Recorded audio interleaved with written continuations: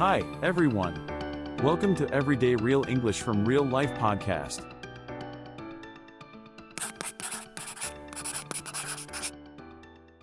Hi, everyone, and a really warm welcome to the deep dive. Yeah, hi. It's great to be diving in with you all today. We're talking about something today that, well, it seems small, doesn't it? Small talk. But it has such a surprisingly big impact, especially if you're navigating the world in English. Absolutely. And we really want to reach out to all you English learners listening around the globe. We know starting conversations can be tough. It really can.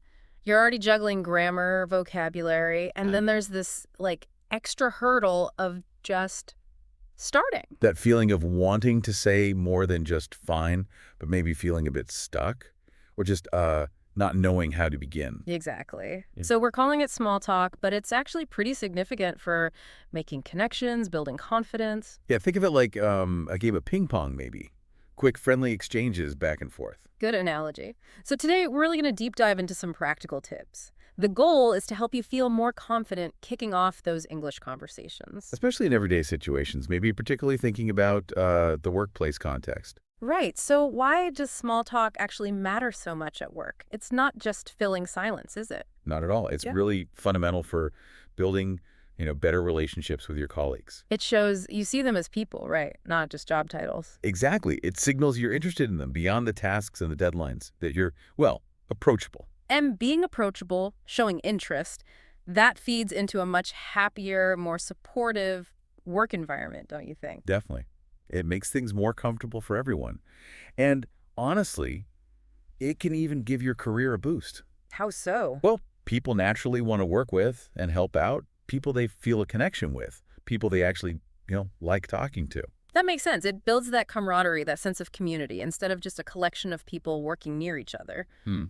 Creates a nicer atmosphere. Okay, but there's a catch sometimes, isn't there? Culture plays a big role here. Oh, absolutely. What's totally normal, small talk in one place, might feel a bit odd, or maybe even too personal somewhere else. Yeah, you really need to be aware of those nuances, right? To avoid awkward moments or misunderstandings. For sure. Like asking about family might be fine right off the bat in some cultures. But in others, maybe it's better to stick to work topics or something neutral, at least at first. Exactly. The key is just to be sensitive.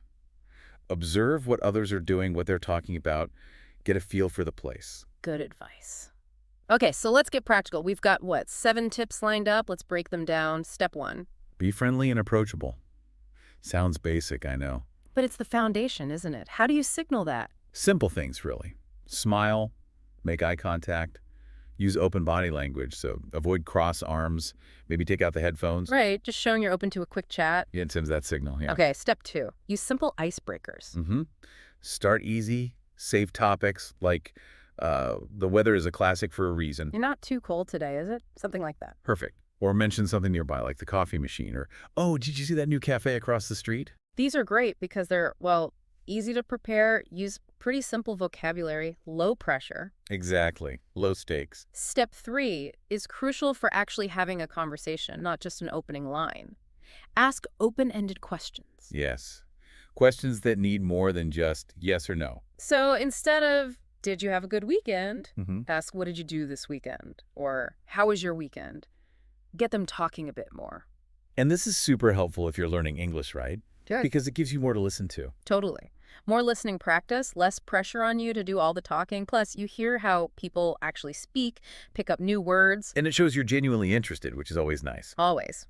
Which leads nicely into step 4. Listen actively. Ah, yes. Small talk isn't just about talking. Listening is maybe even more important. It really is. Pay attention. Don't just, wait for your turn to jump in. Show you're listening. Well, like nodding, maybe small comments. yeah, like, oh, really? Or that sounds interesting. Little cues like that. And maybe even repeating or rephrasing something they said. That's a great technique. Shows you've really heard them. So if they say, I went hiking this weekend. You could say, oh, hiking. Nice. Where'd you go? Exactly. Keeps it going and shows you're engaged. Okay. Step 5. Find common ground. This makes it easier, doesn't It it? is much easier. And more meaningful, too. Look for those shared interests. Could be anything. Music, hobbies, even just both disliking Monday mornings. Totally. Anything you both connect on. And once you find it, you can build on it next time you chat.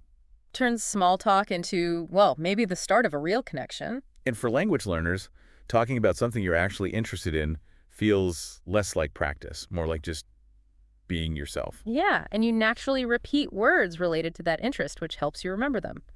Okay, step 6. This one's important, but maybe overlooked sometimes. Knowing when to end the conversation. Yeah, definitely. Especially at work, you don't want to overstay your welcome. Right. Keep it relatively short, light. If the other person seems busy or, not really into chatting. Time for a polite exit. Exactly. Something like, well, I should get back to it, but it was nice chatting with you. Leaves things on a friendly note. Keeps the door open for next time. Precisely. And the final step, step 7, probably the most important one. Practice makes perfect. Or maybe practice makes progress. Yeah. The more you do it, the easier it gets. Definitely. Practice with colleagues you see every day.